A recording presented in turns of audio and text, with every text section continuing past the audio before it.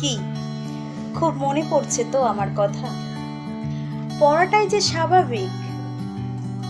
এই পুজোর সময় দুজনে একসাথে কোইন্সিডেন্স ভাবে ঠাকুর দেখাটা যে একসাথেই হতো। কে কোন কালারের জামাটা পরবে, কাকে দেখতে ভালো লাগবে, সেটা যে আমরাই ঠিক করতাম। মণ্ডপে অন্য মেয়ের দিকে তাকিয়ে থাকলে চোখ বড় বড় করে চোখ ইশারা করাটা, সেটাও খুব বুঝি মনে পড়ছে। পড়বেই তো, সব কিছুই তো মনে পড়ারই ছিল, শুধু কখনো মুখ ফুটে বলে ওঠা হয়নি। এই তোর না বলার জন্য আমাদের জীবনটা আর সম্পূর্ণ দু রাস্তায় চলে গেছে।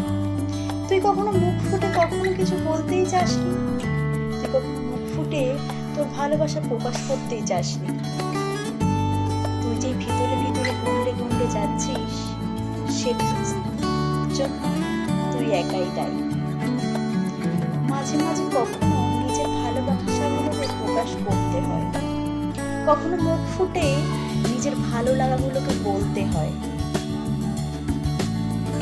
না হলে এই না বলা কথাগুলো আর কখনো বলে ওঠা হয় না। সময়ের সাথে দু রাস্তায় মিলিয়ে যায়। দেখ, আজ যে তুই রাত জেগে রাতের পর রাত আমায় যে খুব মিস করছিস, সেটা কিন্তু আমি খুব ভালো করে বুঝতে পারছি। কিন্তু তবুও আমার তোকে ধরা দেওয়ার মতো সাধ্য আমার নেই। আজ যে তুই আর আমি দু নদীর দুই কিনারায় দাঁড়িয়ে আছি। তবে হ্যাঁ, যদি কখনো মুখ ফুটে বলা যেত, তবে আমিও তোকে বলতে পারতাম জীবনে অনেক কিছু